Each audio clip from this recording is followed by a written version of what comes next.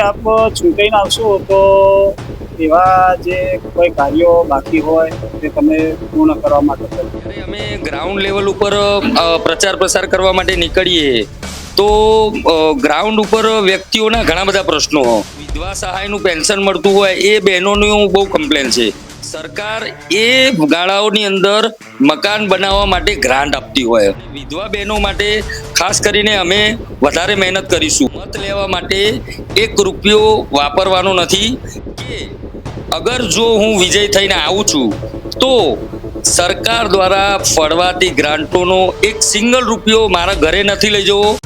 आप देख रहे हैं देश का विशाल नेटवर्क इंडिया टीवी लाइव, सच्चाई की सही आवाज. નમસ્કાર, ઇન્ડિયા ટીવી લાઈવમાં આપનું સ્વાગત છે. 23 જિલ્લા પંચાયત સીટ બહુજન સમાજ પાર્ટીના ઉમેદવાર શ્રી યોગેશ્વર સોલંકી જે આપણી સાથે જોડાયા છે, તો આપણે એમની જોડે વાતચીત કરશું. મારું નામ સોલંકી યોગેશ્વર છે. મારું ગામ રકનપુર છે. મેં આ વખતે સ્થાનિક સ્વરાજની ચૂંટણીમાં 23 સાતેજ બેઠક ઉપરથી બહુજન સમાજ પાર્ટીમાંથી ઉમેદવારી નોંધાઈ છે. આપ ચૂંટાઈને આવશો તો એવા જે કોઈ કાર્યો બાકી હોય તે તમે પૂર્ણ કરવા માટે કાર્યોમાં તો એવું હોય કે જ્યારે અમે ગ્રાઉન્ડ લેવલ ઉપર પ્રચાર પ્રસાર કરવા માટે નીકળીએ તો ગ્રાઉન્ડ ઉપર વ્યક્તિઓના ઘણા બધા પ્રશ્નો એ એક્ઝામ્પલ તરીકે પ્રશ્ન લઈએ તો ઘર વિહોણા લોકો બહુ બધા જોવા મળ્યા. પછી જે લોકો વિધવા સહાયનું પેન્શન મળતું હોય એ બહેનોનું બહુ કમ્પ્લેન છે. ઘર વિહોણાનો એક્ઝામ્પલ એવો છે કે જે લોકોના મેરેજ થાય અને પછી ગામની અંદર સરકાર દ્વારા એવી જોગવાઈ કે એ લોકોને ગાળા ફાળવવામાં આવે. પહેલી વસ્તુ કે એ ગાળા ફાળવવામાં નથી આવતા. કંઈ ને કંઈ ઉલ્લુ બનાવીને કારણો આપે કે ભાઈ આ રીઝન તમને નહીં ફળવાય.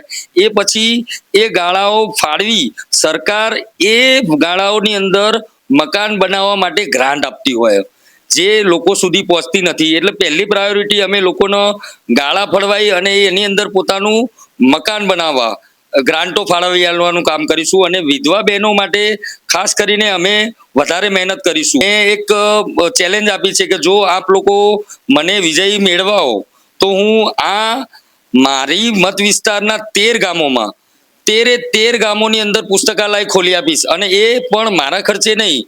સરકારની અંદર એવી જોગવાઈ છે કે જે ગામ હોય એની અંદર સરકાર ગ્રાન્ટ આપે છે કે ભાઈ એની અંદર ગ્રાન્ટ ના પ્રકાર હોય કે ફર્સ્ટ સ્ટેજ, સેકન્ડ સ્ટેજ ને થર્ડ સ્ટેજ, એમાંથી જે તમારા ગામની વસ્તી હોય એ પ્રમાણે સરકાર તમને પુસ્તકાલય ખોલાવવા માટે આર્થિક સહાય પણ આપે છે. આ બાબતે લોકોને શું સંદેશ આપવા માંગો છો? સાહેબ, લોકો માટે ખૂબ ઉપયોગી સંદેશો હું આપવા માંગુ છું કે લોકોને પોતાના મતની કિંમત સમજાવવા માંગુ છું. મતની કિંમત શું છે સાહેબ કે તમે સત્તામાં કોઈ બી વ્યક્તિને ફેરબદલો કરી શકો છો. એટલે લોકોને મારી એટલી જ રજૂઆત છે કે કોઈની જોડે કઈ અપેક્ષા રાખ્યા વગર તમે ઉમેદવાર જુઓ, એનામાં શું ટેલેન્ટ છે એ જુઓ અને પછી મત આપો.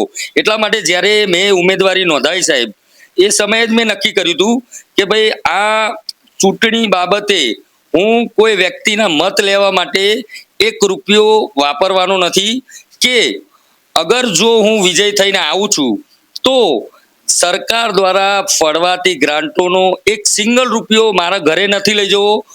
લોકો પાછળ વાપરવો અને કરી બતાવવું કે ખરેખર સરકાર લોકો માટે શું શું જોગવાઈઓ આપી છે અને આ રાજકીય નેતાઓ જે એ જોગવાઈઓ લોકો સુધી પહોંચાડવી જોઈએ એ પહોંચાડી રહ્યા નથી.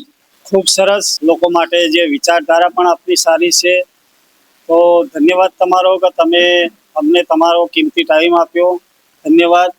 India TV live Kalol, reporter Goswami Lal Giri. देश और प्रदेश की खबरों के लिए अभी सब्सक्राइब कीजिए इंडिया टीवी लाइव, साथ ही बेल आइकन को दबाना बिल्कुल ना भूलें, जिससे सबसे पहले खबर आप तक पहुंच सके.